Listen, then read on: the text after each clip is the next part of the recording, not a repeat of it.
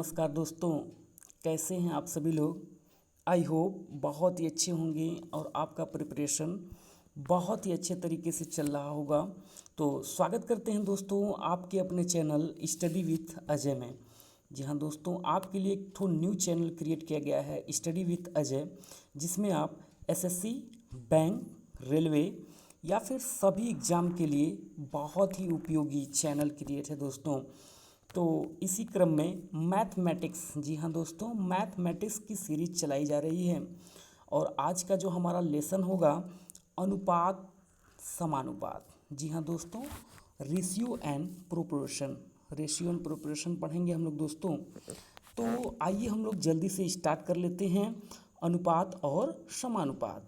चलिए दोस्तों, क्या है अनुपात, क्या होता है अनुपात, क्या होता है दोस्तों, इस चीज़ को हम लोग सीखेंगे।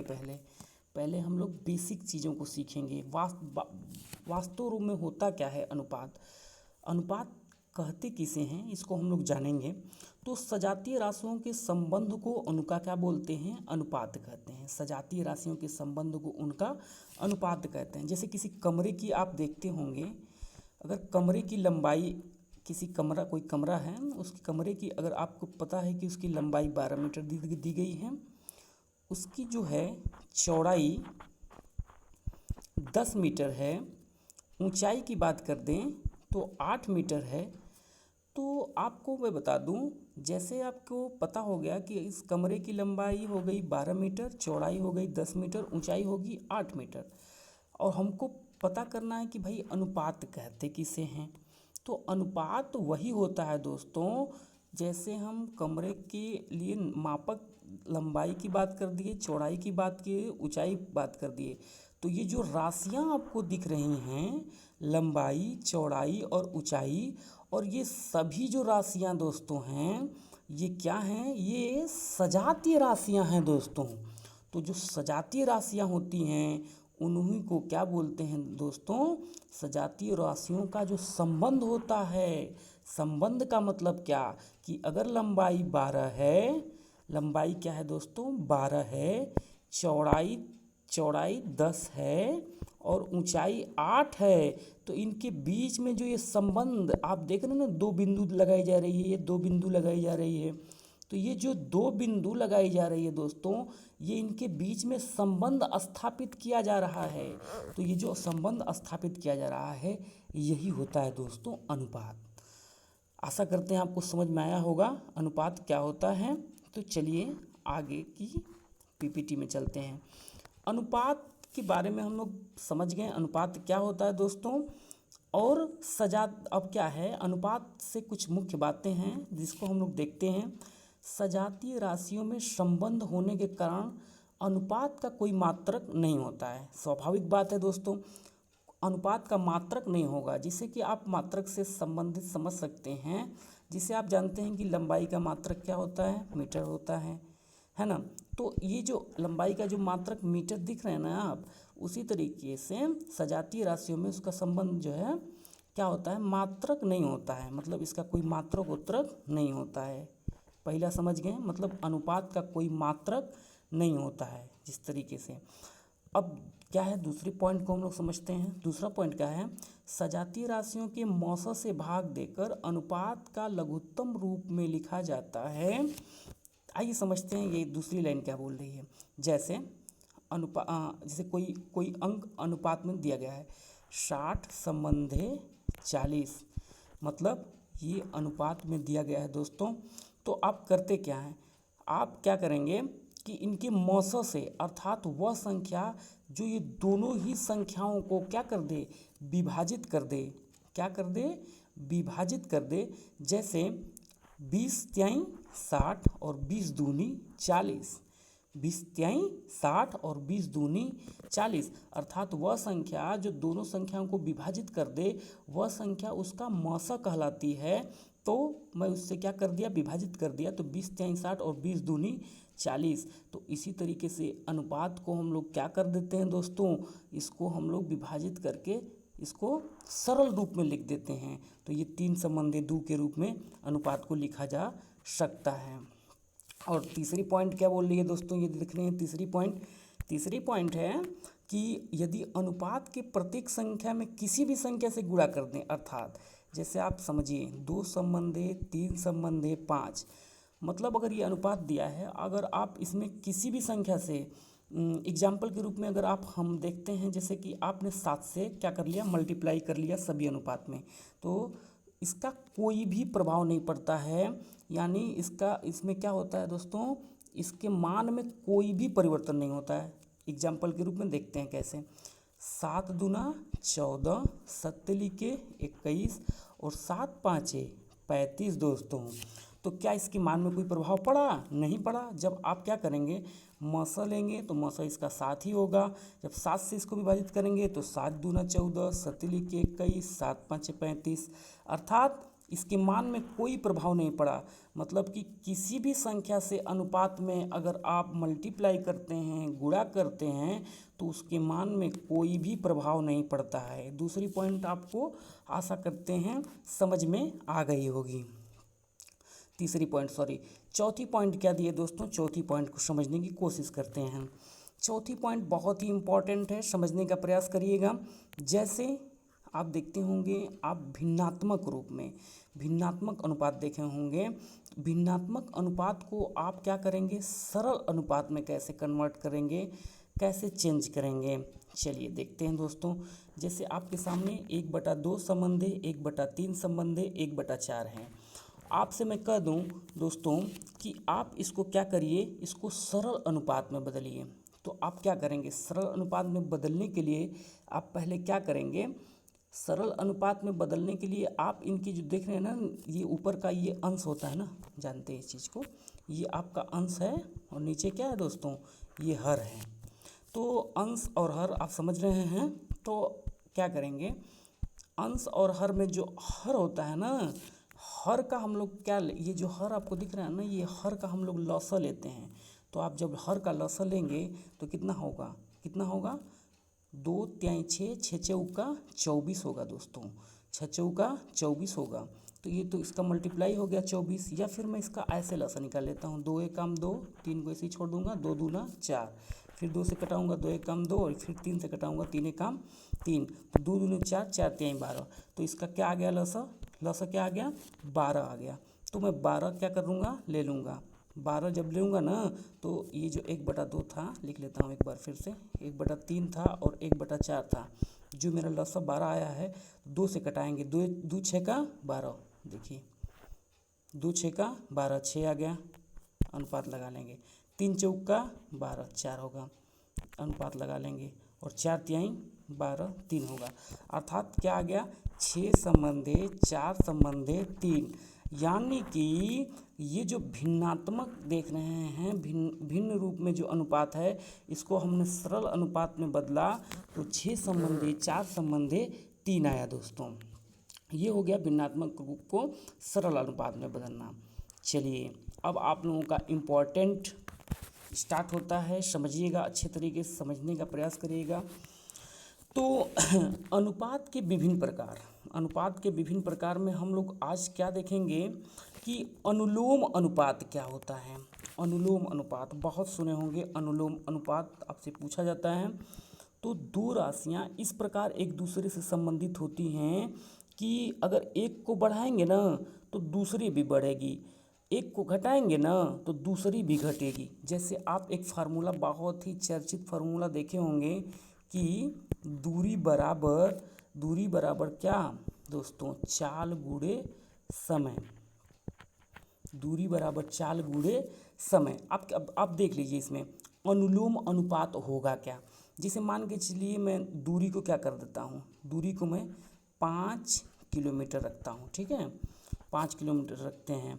तो क्या करेंगे, चाल को भी अब जब 5 किलोमीटर के हिसाब से 5 किलोमीटर प्रति घंटा के हिसाब से चलेंगे, तो जितनी दूरी बढ़ाएंगे उतना चाल बढ़ाएंगे, जितनी दूरी कम करेंगे उतना चाल कम करेंगे।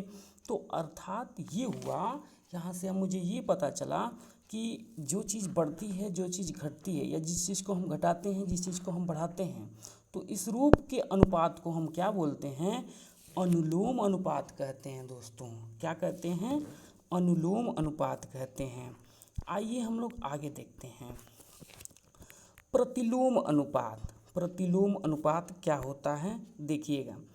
प्रतिलोम अनुपात क्या होता है, जिस तरीके से आपने देखा कि अनुलोम अनुपात में क्या था, अनुलोम अनुपात में क्या था, जितना हम लोग दूरी को बढ़ा रहे थे ना, चाल को भी बढ़ाना पड़ रहा था। लेकिन प्रतिलोम अनुपात में क्या है कि दो राशियाँ एक दूसरे से इस प्रकार से संबंधित होती हैं कि जैसे क्या होगा इसमें कि अगर एक को आप बढ़ाएंगे ना तो दूसरी घटेगी दोस्तों, एक को घटाएंगे ना तो दूसरी बढ़ेगी दोस्तों।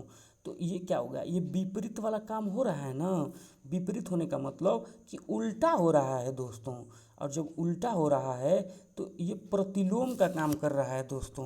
प्रतिलोम का काम कैसे हो, तो एग्जाम्पल के रूप में हम लोग देखने का प्रयास करेंगे, समझिएगा। जिसे एग्जाम्पल में जैसे क्या, जैसे आप देखेंगे, जैसे आप देखते हैं जैसे कि चाल बराबर दूरी बटा में समय। ये काफ़ी अच्छा एग्जाम्पल है आपको समझाने के लिए कि प्रतिलोम अनुपात क्या होता है।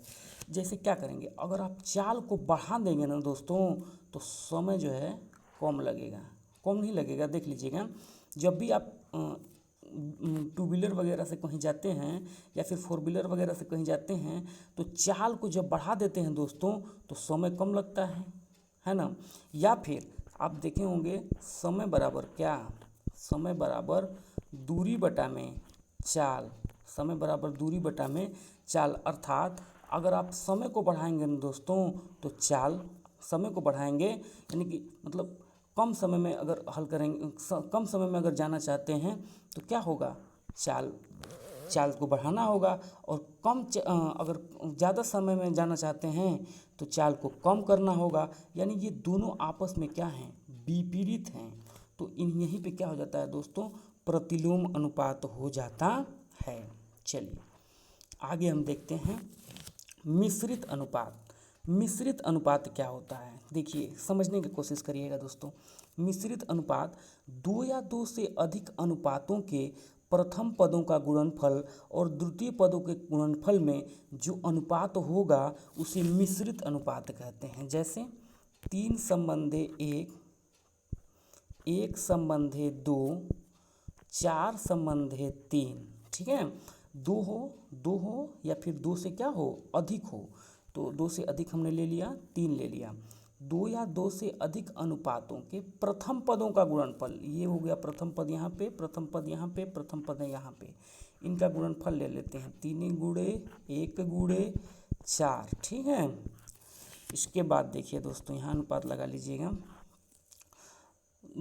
y पदों का गुणन, प्रथम पदों का गुणनफल और द्वितीय पदों का गुणनफल, और उसके बाद क्या है, उसके बाद देखिए इनके जो लास्ट पदों का गुणनफल है ये और ये, इनको लेंगे तो क्या होगा 1 गुणे 2 गुणे 3, तो क्या होगा 3 काम 3, 4 त्याई 12 दोस्तों।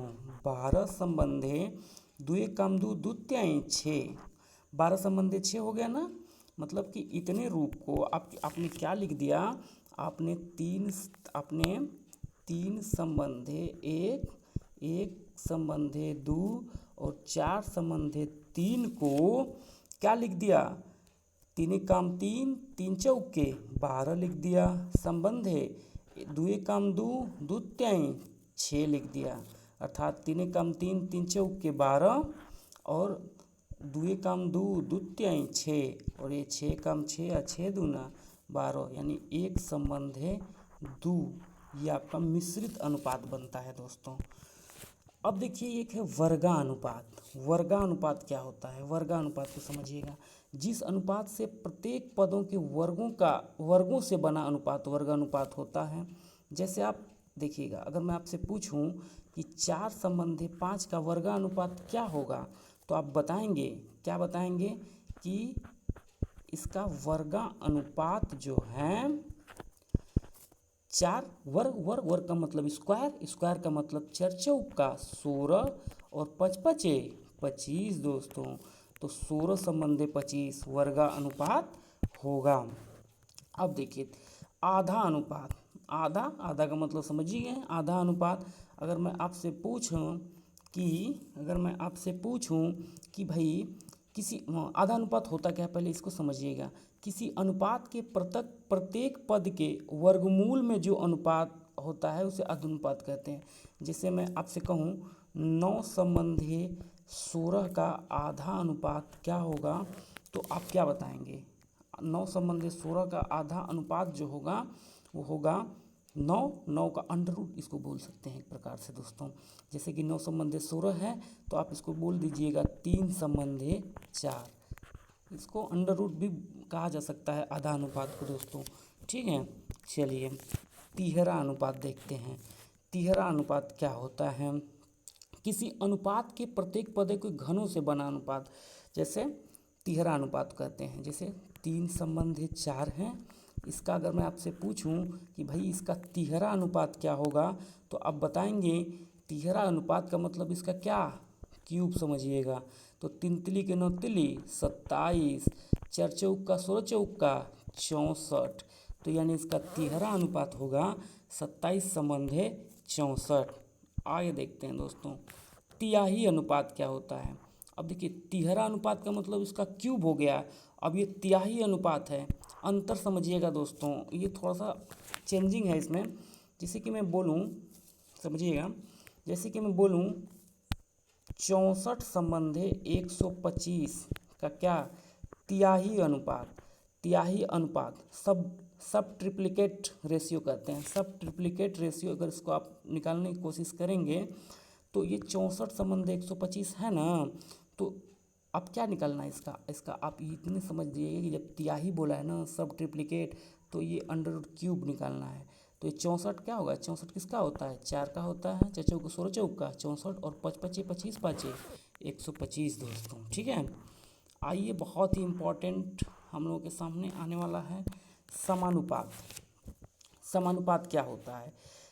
तो समानुपात जो होता है दोस्तों, यदि दो अनुपात परस्पर समान हो तो उनके चारों पद समानुपाती कहलाते हैं। मतलब समझिएगा, जैसे ए संबंधे बी संबंधे बराबर सी संबंधे डी। अगर ए संबंधे बी और सी संबंधे डी, मतलब यदि दो अनुपात अलग अलग दो अनुपात हैं, ये अनुपात अलग है और ये अनुपात अलग है, अगर ये दोनों अनुपात अलग अलग आपस में क्या है दोस्तों, बराबर है ना, तो ये परस्पर क्या कहलाएंगे, समानुपाती कहलाएंगे। ठीक है, तो इसको अगर हम डिनोट करना चाहेंगे तो कैसे करेंगे, ए संबंधे बी संबंधे संबंधे सी संबंधे डी, और इसी को क्या बोलते हैं दोस्तों, समानुपात कहते हैं। अब इसका समानुपात अगर आपको निकालना होगा, जिसे मैं बता दूं, समानुपात अगर आपको निकालना होगा तो कैसे निकालेंगे, समझने का प्रयास करिएगा। ए संबंधे बी संबंधे संबंधे, इसको समानुपात बोलते हैं, सी संबंधे डी, तो आप निकालेंगे तो इसका एक ठो ये सिस्टम रूल होता है, फार्मूला होता है, मध्य पदों का गुणनफल बराबर बाह्य पदों का गुणनफल। मध्य पदों का, ये जो बीच में जो पद दिख रहे हैं ये मध्य पदों का गुणनफल और बराबर क्या, बाह्य पदों का गुणनफल। तो मध्य पदों का गुणनफल आप करेंगे तो बी गुणे सी बराबर ए गुणे डी, अर्थात बी सी बराबर क्या दोस्तों, ए डी। तो ये होता है समानुपात। ठीक है, आइए देखते हैं बीतता अनुपात क्या होता है। तो कंटिन्यू प्रोपोर्शन, यदि तीन राशियां इस प्रकार हों कि पहली राशि संबंधित दूसरी राशि बराबर दूसरी राशि संबंधित तीसरी राशि, ये तीनों बीतता अनुपात का, जैसे समझिएगा, एग्जाम्पल समझेंगे तो ज़्यादा समझ में आएगा। जैसे 2 संबंधे 4 बराबर 4 संबंधे 8, अर्थात इसको अगर मैं ए इसको मानूँ, इसको बी मानूँ, इसको फिर बी और ये डी मानूँ, तो क्या समझेंगे यहाँ पे बीतता अनुपात क्या होता है, अर्थात ये कंटिन्यू, मतलब कि ये जहाँ पे 4 दिख रहा है यहाँ पे 4, ये बी है तो बी है, अर्थात मैं इसमें ये निकालना चाहता हूँ कि ये बीतता अनुपात कैसे निकलेगा। तो आप निकाल सकते हैं, इसका एक तो फार्मूला होता है। तो ये देखिए यहाँ पे बी और यहाँ पे बी, यानी ये दोनों बराबर है, तो यहाँ से बी स्क्वायर बराबर क्या, ए डी। वही सिस्टम है दोस्तों, कुछ इसमें चेंजिंग नहीं है। बाह्य पदों का गुणनफल बराबर क्या, मध्य पदों का गुणनफल, वही चीज़ है। तो ये बी स्क्वायर बी और ये बी स्क्वायर और ए डी। या फिर इसको अगर सिर्फ बी का मान निकालना चाहेंगे या फिर मध्य पद का मान निकालना चाहेंगे तो ये करणी में क्या हो जाएगा, एडी हो जाएगा, अंडर रूट क्या हो जाएगा, एडी हो जाएगा दोस्तों। चलिए दोस्तों, ये तो रहा पूरा इंट्रोडक्शन। जिस तरीके से आप देखते हैं फिल्म स्टार्ट होती है ना तो उसका ट्रेलर दिखाया जाता है, तो ये ट्रेलर ही रूपी है दोस्तों कि आखिर हम लोग अनुपात और समानुपात वो पढ़ रहे हैं तो हमें ये तो जानना ज़रूरी है ना दोस्तों कि अनुपात होता क्या है, समानुपात होता क्या है, आधा अनुपात क्या होता है, तिहरा अनुपात क्या होता है, वितता अनुपात क्या होता है। तो ये सभी चीज़ों को आशा करते हैं आपको समझ में आया होगा। अब हम लोगों का खेल स्टार्ट होगा दोस्तों। अब हम लोगों का खेल स्टार्ट होने वाला है, तो क्या स्टार्ट होगा खेल में तो समझिएगा दोस्तों। इस अध्याय में जो हम लोग अनुपात और समानुपात पढ़ेंगे, कोई भी एग्ज़ाम मैं गारंटी देता हूँ, हमारे साथ आप जुड़े रहिए, कोई भी एग्ज़ाम आप देंगे मैथ से रिलेटेड कोई भी प्रॉब्लम नहीं होगी। तो इस अध्याय में हम लोग 9 प्रकार से अनुपात और समानुपात के सवालों को पढ़ेंगे। समानुपात पर आधारित प्रश्न, अनुपाती संख्याएं ज्ञात करना, अनुपातों का मान ज्ञात करना, जोड़ घटाव पर आधारित प्रश्न, संख्याओं पर आधारित प्रश्न, सम्मिलित अनुपात या खंडित अनुपात ज्ञात करना, अनुपाती विभाजन पर आधारित प्रश्न, सिक्कों पर आधारित प्रश्न, आय व्यय पर आधारित प्रश्न। ये 9 प्रकार से हम पूरा का पूरा जो है अनुपात और समानुपात, कल से आपको जो है सवाल एकदम बेसिक तरीके से बहुत ही बढ़िया विथ इजी कंसेप्ट बहुत ही सरल तरीके से स्टार्ट होगा। तो जुड़े रहिएगा दोस्तों हमारे चैनल के साथ। आपका चैनल स्टडी विथ अजय, आपका अपना चैनल है दोस्तों, एकदम अपना समझिए। स्टडी विथ अजय के साथ जुड़ जाइए और सब्सक्राइब कर लीजिए दोस्तों, बेल आइकन को दबाइए।